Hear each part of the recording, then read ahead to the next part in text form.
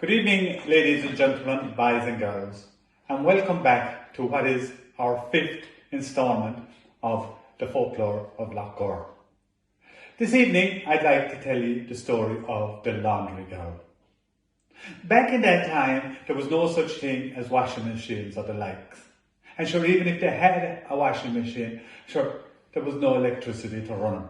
For the fella that thought of making the electricity wasn't even held of back at that time. So, the women of the area would go to the lake and they'd use what was called a beadle for washing their clothes. And for all purposes, it was very much like a baseball bat. And they'd hammer the clothes with the beadle and dip them in the lake and hammer them again a few times. And when they were happy enough that they were clean, they'd lay them up on a flat stone to dry. Well, this particular morning, a young girl went down early to the lake with her basket of clothes. And she was humming a tune away, happy in her work, washing her clothes. And whatever look up she gave, didn't she see a gentleman coming towards her, dressed in finery, and a right posh kind of a hat on his head. So she thought to herself that he must be a gentleman out of the manor house at the far side of the lake. And she was a bit embarrassed, for hadn't she her skirts trussed up above her knees so that they wouldn't get wet when she was standing in the water of the lake.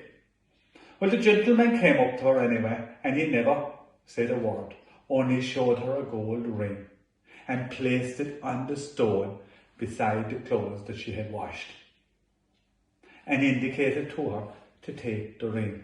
And of course, for a young girl like her, she would never have seen such a ring before, only maybe on the finger of a lady from the manor houses. And she was very tempted to take it. But whatever look down she gave at the lake, there were around her feet was a ring of blood, and it making circles out around the water of the lake. And she got an awful fright, and she blessed herself 3 times and shouted, "Jesus, Mary and Joseph." And at that, the man and the gold ring disappeared. And they say it was a lucky thing that she didn't take the ring, for if she did, she too would have been bound by the spell that holds Garodiel himself in bondage beneath the dark and broody waters of the lake. And there she would have to remain with Garod until the enchantment was lost. Go to Mila Margaret.